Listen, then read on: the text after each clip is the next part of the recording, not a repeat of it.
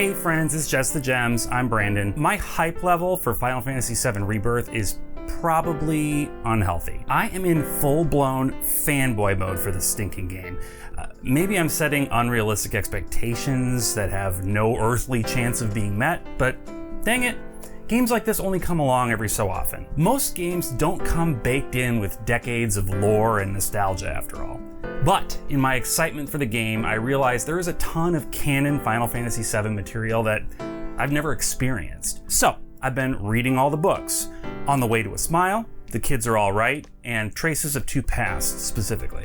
I rewatched Advent Children and once again marveled at how so much of that movie is incomprehensible if you haven't at least read On the Way to a Smile.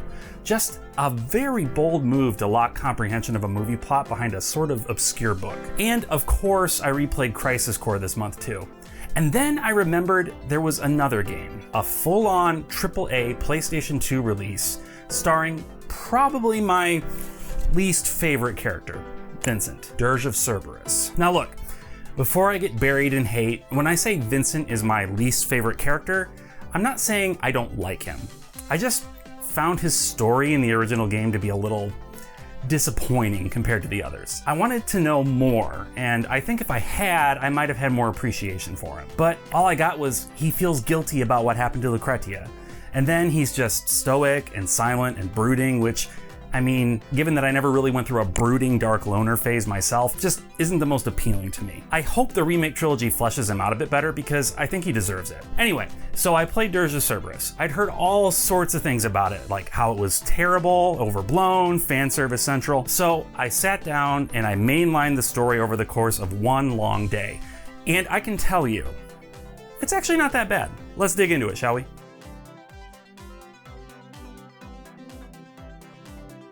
Dirge of Cerberus takes place 3 years after the end of the original Final Fantasy VII, which, to the best of my knowledge, makes it the furthest along on the timeline, since Advent Children was only 2 years after the end of the game. A secret regiment of old Shinra soldiers called Deep Ground emerges with guns blazing and starts killing and kidnapping people seemingly at random. Reeve, the leader of the World Regenesis organization, asks Vincent to help him get to the bottom of it. Oh, Reeve is the man behind Ketshi. Darn it. Kate Sith. I hate that. I hate that they're canonizing his name as the dumb pronunciation. It's Ketshi. It's like Gaelic or something. It's even pronounced Ketshi in Japanese. Whatever. It's fine. Moving on. But speaking of Kate Sith, this game really puts the focus on the B team, specifically Vincent, Yuffie, and Kate Sith. Or Reeve, really, it's mostly Reeve. While you only ever get to play as Vincent and as Kate Sith for one short sequence, these three are sort of at the center of everything. In a way, it's kind of nice to have a game that gives these characters more of a spotlight. I definitely use them infrequently in my OG Final Fantasy VII playthroughs. Getting to know them better might make me more likely to want to use them in Rebirth and beyond. But anyway, Deep Ground's plan involves the work that had been done in the past by Vincent's old love interest, Lucretia. Specifically, they want to summon Omega, another of the planet's weapons that gets called out when the planet feels threatened. Final Fantasy VII fans will already know that when living things die, they return to the life stream at the core of the planet. What we learn in Dirge of Cerberus, however, is that planets also have a life essence of their own, and when a planet dies, its essence returns to some greater life stream out in the cosmos. Deep Ground believes it can use Omega to speed up that process. Or at least, the mysterious person pulling their strings seems to think so. It's great that they were able to come up with a plot that has real stakes. Crisis Core, as great as it is, couldn't have stakes quite like that because it had to function as a prequel. Since Dirge of Cerberus is spreading its wings and flying off into the future of the Final Fantasy VII canon, they can go nuts and throw all their crazy ideas into the pot at once. The game is an over-the-shoulder shooter, sort of like Resident Evil 4, though quite a bit flashier. Vincent is a lot more mobile than Leon Kennedy ever was. He can double jump right out of the gate, and his gun, the Cerberus from the title, shoots 3 bullets at a time, which makes it 3 times as cool, scientifically speaking. I guess if Cerberus is the name of the gun, then the Dirge is the bang bang sound it makes when he shoots it?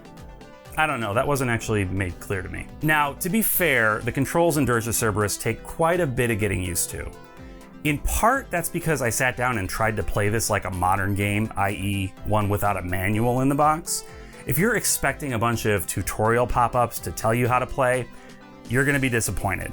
Or maybe pleasantly surprised, depending on how old school you are. The control is one of the things that I remember hearing people had a problem with back in the day, and I have to say that once I got used to it, I didn't mind it at all. It's not modern AAA great, but it gets the job done. And apparently you can play it with a keyboard and a mouse, which I imagine makes it even easier if you're a PC gamer at heart. You don't get a bunch of equipment and materia in this game like in FF7 or Crisis Core.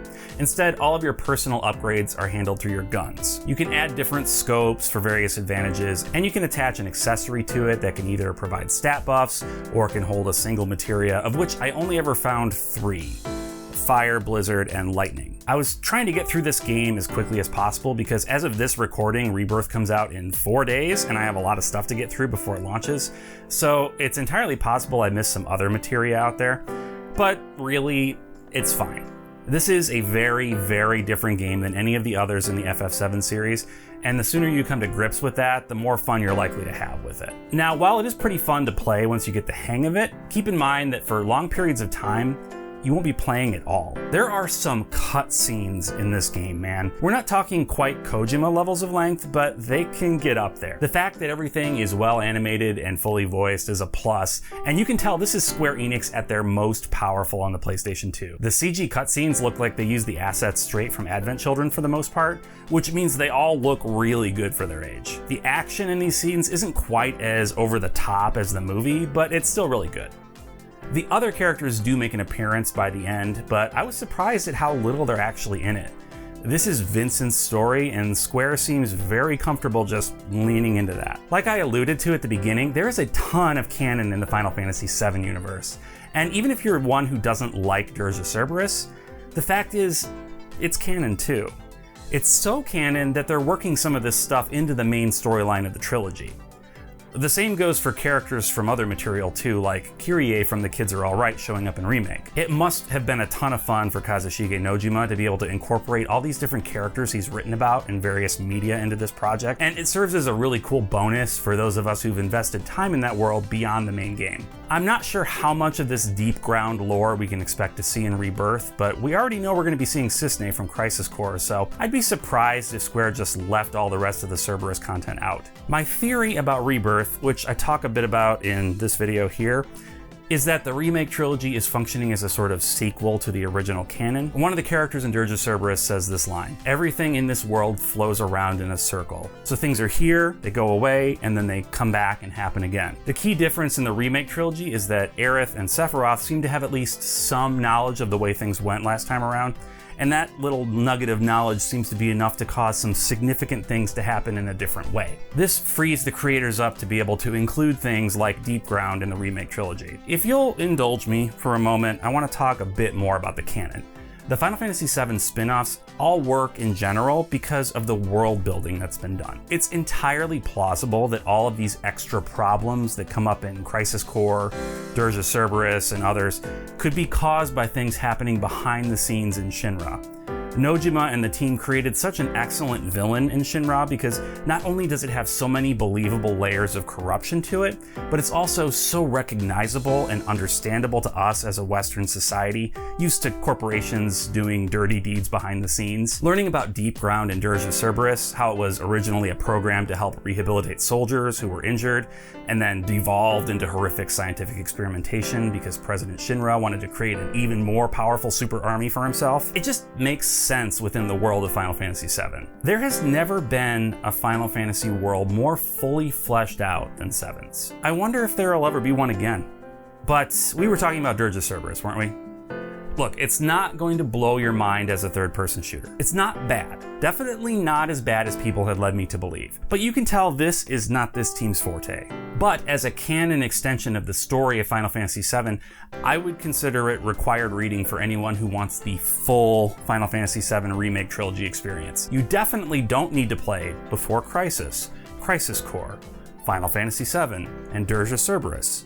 Or read On the Way to a Smile, The Kids Are Alright, and Traces of Two Paths, or watch Final Fantasy VII Advent Children to have a good time with the Final Fantasy VII Remake Trilogy. But I've had a blast immersing myself in this lore, and if you have the time and interest in diving in, I highly recommend it. Well, that's it. What do you think? Have you played Dirge of Cerberus? Let me know your thoughts down in the comments. Also, if you wouldn't mind liking the video, it really helps the channel out so much. And if you're not subscribed, would you consider subscribing? Thanks everyone, and until next time, bye.